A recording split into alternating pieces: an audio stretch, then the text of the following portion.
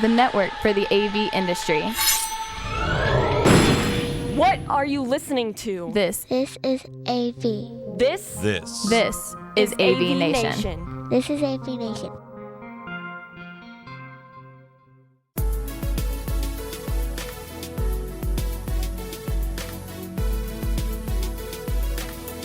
This is Tim Albright with AVNation with an AVNation special, taking a look at smart buildings, and with me to talk about it are smart people. First and foremost, Hannah Walker. Hannah is the COO of Sinclair Digital. Welcome, ma'am. Thank you. Thank you for having me. Absolutely. Also with us is Carol Everett Oliver. She is the CEO of CEO Communications as well as president of BICSI. Welcome, ma'am. Thank you. Nice to be here. And last but not least, Glenn Collinge. Glenn is from FSR. Welcome, sir. Thank you. So a couple things, guys. Smart buildings has been around for a minute, both from the construction standpoint, but also from the AV standpoint. And it is a very generic, sometimes can be a generic term, but let's get some definitions here. And Carol, we're going to start with you. When we say smart buildings, what are we talking about? Okay, let's lead up to that because smart buildings is also synonymous with an intelligent building. So when you think of a building, you don't think of a building being smart. You think of the buildings with a lot of different building systems in them, right? So traditional buildings were running on proprietary software. They had different operating systems and a lot of different cabling types. In an intelligent building, and we're getting to the smartness, we are seeing more and more of these applications being integrated onto a common network through IP address and through structured cabling. So these integrated systems reduce human interaction because they can now operate on them, through their own integration, therefore making the building smart. So, like I say, intelligent buildings and smart buildings, they're often synonymous with each other. Anyway, the result is that by implementing integrated systems through a common network cabling, building owners are saving costs, both for the capital expense and the operating expense. For one thing, they're reducing the types of cabling and pulling just one IP copper or fiber cable to the applications for both data and power. And being able to monitor these systems to make them smart and without human intervention after they become smart, this can create a big savings on utilities. For example, using sensors to turn off lights or HVAC in unused spaces, that saves a lot of money. So this just makes financial sense. And this is why you're seeing a lot of people go towards designing and integrating and implementing smart buildings. In addition, by using network cabling and new technologies such as power over Ethernet and digital electricity, this results in even more savings of line power and energy usage, which also reduces the carbon footprint. So you can see why a lot of people are going towards intelligent smart buildings. I know that Hannah has some great examples that she'll give us on these new technologies and how they're being integrated. In fact, even recently, the implementation of a net zero facility. So by having all of these systems integrated, dashboards can be created to better monitor and control these systems. So this is why you see smart buildings are becoming smarter, because they can do this in the background without anybody sitting there, like the man behind the curtain. That's right. Carol, really quickly, could you define for us what a net zero building is? Well, I know that Hannah's going to talk about what basically a net zero means that they're generating more power than they're using. So, for example, if Hannah wants to jump in and talk about that, but there's a facility that Sinclair Digital Group installed and designed the entire cabling system so that it was using solar. So solar panels on parking structures and on the top of the building, so they're actually using their own power. So let's say that city, they have a power outage, but this facility won't have a power outage because they've been generating their own and saving their own electricity. So basically net zero means they don't use any electricity, they generate their own. Is that right, Hannah? Yeah, so the reason that it's called net zero and not, zero energy or something like that is because the way that the system works is that their renewable source is solar. So if you think about a building, half the day there's not going to be any solar energy stored, right? So that doesn't mean the building doesn't work at night. What that means is that they produce energy during the day, they push that back into the grid, they store some, they push the rest back into the grid. And then they end up producing enough to where even though they're pulling energy for the utility at nighttime, they produce so much during the day that it actually makes a net, zero production. So that's what the term net zero comes from. And how you get there is by, one, creating a very insulated and sustainable building core so that you're not losing energy out of your windows or walls. The second thing that you do is you reduce your load inside the building. So everything in the hotel is electric, first of all. Cooking equipment, they've got a full commercial kitchen, no gas at all on property. So first you go all electric to actually, because if you just move a bunch of stuff over to gas, that's kind of an interesting way to do net zero. But they go all electric. Then they try to reduce their building loads as much as possible. And some of the ways they do that is with low voltage. We can talk about those systems in a little bit. And then they add the renewable source to offset that. So those are the three things that you have to do to become net zero. And we just completed a design in New Haven, Connecticut. It's actually open now. It's called the Hotel Marcel, where it's the first net zero hotel property that's out there. And really quickly, can you? I understand some of the cost savings here, right? And certainly the carbon footprint savings as well. But overarching, when you look at why a customer would kind of choose to go this route, what is the underlying driving force, or is it just it depends on what the end customer is looking to achieve? So it does depend on what the goal of the end customer is. I would say it really breaks down into three main categories. The first is if the customer has high level sustainability goals.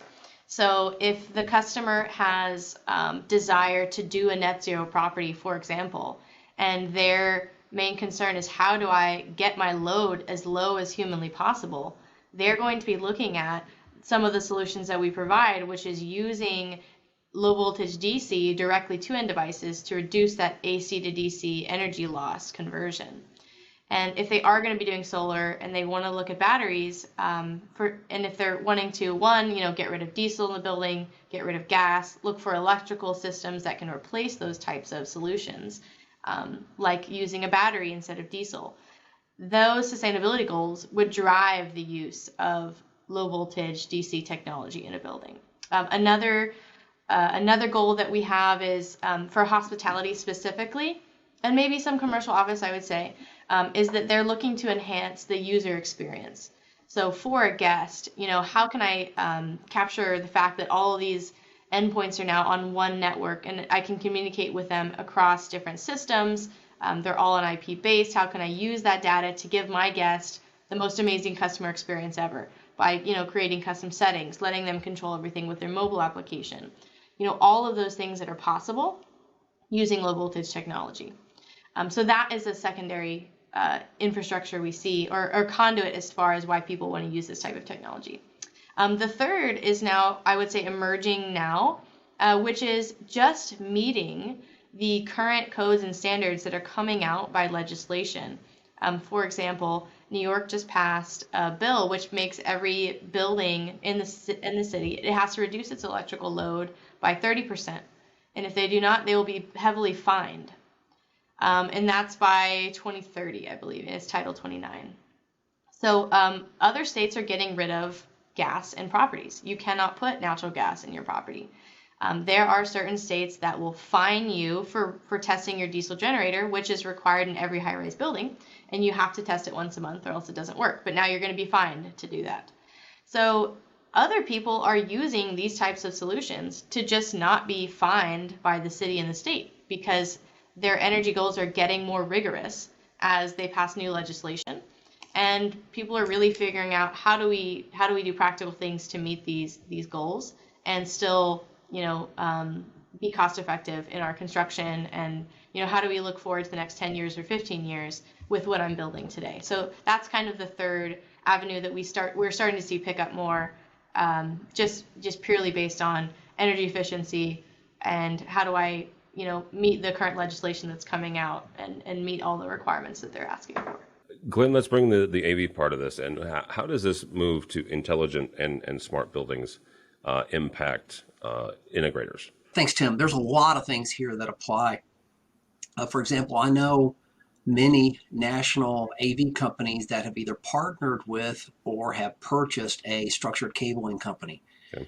This gives them not only the ability to be in the building months, sometimes even a lot longer than that, ahead of where the AV is being considered, but it also gives them a comfort factor with, okay, I'm already doing the structured cabling. How about if I go ahead and I do your AV as well? Or you just pass along the line that that's something that you also do, and that business is also picked up. Almost all of the cabling today, though, at least 80% is category cable of some kind, whether it's 6, 6A, and we're going to be seeing more of category 8 here in the future as well. As these cables are being run by AV installation teams, the rules and regulations for how they do these things are the same for the telecommunications. They're the same for the access control. They're the same for the security. So these are other things that are being run into the same ladders or the same J-hooks or whatever services they've got to actually run that cabling. The same codes and best practices apply also for these same things. So there's no reason why they can't do these things. Also, as Hannah touched on, there's a company called Volt Server. I'll give them a plug here. That is a company that has come up with digital electricity.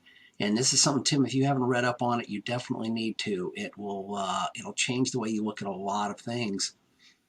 And what they're doing is they are taking the AC power and converting it to DC and then running that over longer distances through some proprietary servers that they have, which allow you to be able to do a lot of things that Hannah was talking about that she and Sinclair Digital are doing today. It's absolutely fascinating. I was able to stay at one of the hotels, the Sinclair Hotel in Fort Worth, and it's amazing what you can do. You can, while you're showering, you can be listening to country music or your local news. It's all built into the actual mirror. You can control the temperature in the shower. All this is low voltage. There's no reason why AV technicians can't be trained on how to do all this. It's not super high tech, and it's also something that some of the industry leaders are saying today is going to be a multi-billion-dollar industry in about 10 years between the low voltage controls, whether it's window shades, window shears, of course the control, that type of thing. And if it gets to be that point where all these things, as well as the low voltage lighting, which is primarily PoE lighting, when those things start catching on, there's no reason why these low voltage integrators that are doing primarily AV can't change. And actually, this may be something that BICSI needs to take a look at, is to look more into broadening their spectrum. Glenn, really quickly, and Carol, you or Hannah, either one may have an insight on this. If this is really moving to a $10 billion industry in the next 5 to 10 years, and you are a low voltage contractor, you're an AV contractor, you're an electrical contractor, what would you do today to kind of position yourself to get into and kind of position your company as an expert in this field? If this is going to grow to $10 billion, then not one company is going to do this, so there will be several folks that will be needed. How would you position your company to kind of get into this? So one thing that I would say is to start looking for companies that design these types of systems, because right now, as a designer of these types of systems, the most difficult part that we have is the installation. Because we're doing projects around the states. Not a lot of contractors are familiar with these types of systems. So there's a big need in the industry, and any new technology faces this problem where the installation can make or break an entire industry. Having bad installation jobs out there can really, we saw the same thing happen with VRF air conditioning It took much longer to get started in the United States than it has around the world because installers were unfamiliar and there was a lot of bad install jobs out there. So it really made the entire industry slow to pick up. So that's not something we want to see with low voltage happen. So I'm always looking for companies that are interested in this type of solution to start to learn about how these solutions go together. So, there's a lot of people out there right now, ourselves and other companies as well, that want to help installers be familiar with these systems to install them correctly. You can find, a lot of us at BICSI. You can find people, putting jobs together, bids, other designers, electrical engineers, other low voltage designers that are doing this. So that would be my first recommendation, is to reach out to a designer or a manufacturer even that makes PoE products and ask them, how can we get certified in your system and how can we be involved in projects? Because I guarantee you that around the United States, there's a huge need right now for installers that know what they're doing. And if I can see that an installer is eager to learn and is willing to bid on jobs for us and be part of, an open bid, then, I'm more than happy to recommend them to any of my clients. Yeah, I agree with, what Hannah's saying. And so, you kind of put together a group of partners, of people that you want to, I don't want to use the term, but I am going to use it, cross-pollinate. So you've got people who are educated in, in AV, and then you've got people who are educated in structured cabling, and they need to come together. So now you're seeing a lot of people working together because, you've got certain education in, whether it's an installer of just data and voice cabling or an AV integrator or even a security guy. I remember doing presentations, when IP cameras first came out and almost having tomatoes thrown at me because they thought that low voltage was going to take over and there wasn't going to be any more use for security integrators. And I'm like, no. Well, we know how to install cable. We don't know how to set the camera up right. So there is a lot of partnerships going on, and I think that's how people need to get involved. And then also, learn about the cabling industry. We're finding, BICSI has education, training, certification, and they produce standards. And people find out about BICSI and they start taking these classes and they get trained. So, like Hannah says, there's a lot of bad installers out there. They haven't been trained properly. And Tim, if I can add to that, I've seen a lot of bad installations too over the years. I think almost all of us have, one way or the other. Whether we, hopefully, it wasn't anything that any of our team necessarily did, but it definitely applies to it. I'm also have seen. I had lunch with a guy Tuesday, who is primarily an AV engineer, and he is now working for a very large company that is more IT focused, but to help them get into the AV world on it, to help with their designs, especially in the low voltage areas. And there's no reason why some of the AV integrators can't look into getting a BICSI certified, like an RCDD, which is a Registered Communications Distribution Designer. RCDD is a big thing, and that's a big certification to get. If some of these AV companies could get some of these RCDDs on staff, they could also assist in getting that broad category of learning how to do these things and make it a much smaller picture for them. Something that FSR is also doing right now, we are offering a lot in our continuing education page on our website, which is fsrinc.com, and we're expanding that next year. We've got 7 or 8 classes on there now. That's going to be considerably larger in the next few months, where we're going to be expanding that. And that's for AIA training for a lot of these things. So we're helping the architects also learn some of what Hannah specifically is saying that we're trying to get across to these people. I see people look at me when I talk about PoE lighting and some of the architect classes I give, and they look at me, it's like, so that's really going to be a big thing? And it's like, are you not listening about the power savings and the control and everything else? So we're doing the architectural training classes. We're doing the AV training classes for the CTS renewal points. We also have a BICSI certified class, and we're going to work on getting some more of those on as well. So we can also help train the AV people and let them know a lot of similarities of what they're doing now for, HD-based T, AV over IP, whatever that information is that they're using now in the AV systems, and apply that also to some of these other areas for more in the low voltage world. Yeah, and I think another place to learn about this and how to somebody get involved in this industry. Definitely go to the conferences like BICSI has Infocom.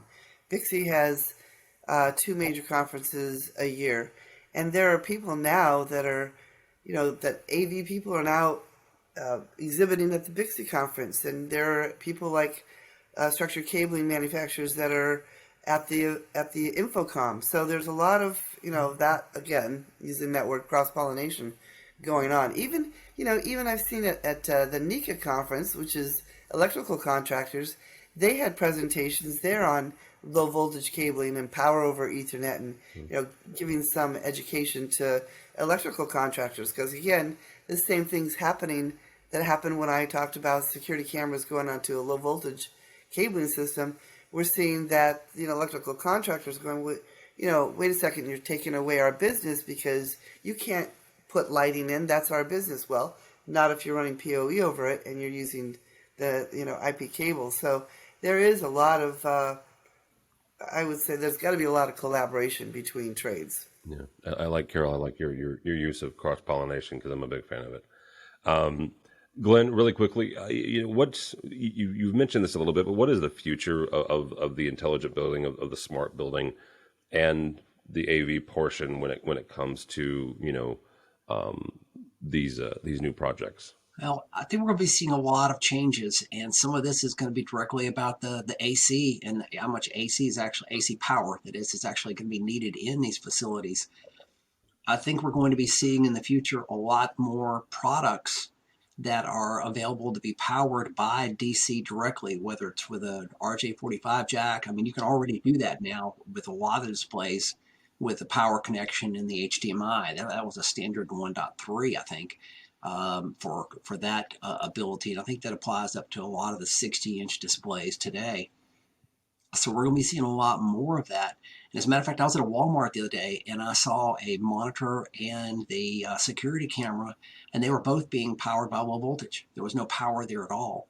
So this is one big change. And why do you want that have to add that conversion into it also? It's not just the cost.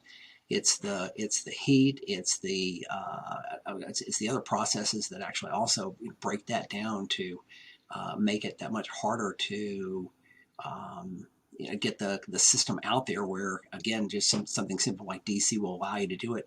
And PoE, by the way, is also a world standard. So that's something that is everywhere. And so if you start making products for that with the PoE power connection, you're good. And there's also changes in the future, I'm sure, going to be coming to PoE that are going to be allowing higher current needs to be taken care of for those same things. The thing with PoE and what you just mentioned there is reminiscent of somebody who's been in radio and broadcasting for years. 30 years ago, we had to worry about NCSC and CCAM and PAL, whereas today you don't necessarily have to concern yourself with that. So that is an interesting correlation. Carol, you mentioned the fact that BICSI has education. We talked a little bit about that, but walk somebody through, if they're an AV integrator and they're listening to this and they're like, this sounds interesting, how do I get started with BICSI? Where do I go? What's kind of the first steps? I would certainly have them go on the website and take a look at the classes they offer, and also the certification. Again, going to their conference, the big one's coming up in early February. Looking at that, the thing about the BICSI standards that makes it different than the other standards that are out there, because someone goes, I can have to go to IEEE to look at what are the definition of the electrical properties and what are the different levels of power over Ethernet, how much power does this generate, and that can be really, really confusing. And then TIA, they actually define the category twisted pair and fiber cabling, like which cable is best for which application. But in this situation, there's no one size fits all, right? Because cable selection is based on bandwidth and distance and application requirements. topology, and of course cost. So BICSI, being the ICT, it stands for Information Communications Technology Association, pretty much combines all of these other standards and puts it into documents that are focused on the design and the installation. So they also have manuals in the classes. So if anyone wants to know about, gee, maybe I should become an RCDD. By the way, I think, Hannah, she got involved in this industry and boom, I think within a year she had her RCDD because she became ingrained in this industry, and that's the way to do it. There is a standard called the 007 from BICSI, and it's really specific to the intelligent building design and installation. So, I would certainly start with that if they're going to get involved. And the 007 has chapters on the different applications like access control and Wi-Fi and security cameras, and how do they integrate with each other. So that's a really good place to start. How do I design my layout? And how do I design my telecommunications room? Because now all of these things are going to be in one telecommunication room or maybe two. So it really gives layout. So I would certainly go there and look at that. And in BICSI, they have certifications. They have their CTS and CTSI, but they are working with BICSI to make sure that the installation is going to work, because you can't just pull any cable or any category 5E or 6 or 6A cable. You need to make sure that it's going to be working with that end device. And as Glenn said, and I really like that, Glenn, that you put a plug in there. So Glenn and at FSR, they're doing a lot of educational courses. So look at the manufacturers. They have a lot of these courses as well. FSR is one of them. The cable and connectivity manufacturers have these courses. So there is a plethora of information and education if you just, take a peek under that rug or wherever you want to find it. But, just go on. And in fact, BICSI has a listing of the courses that by the manufacturers that will give continuing education credits.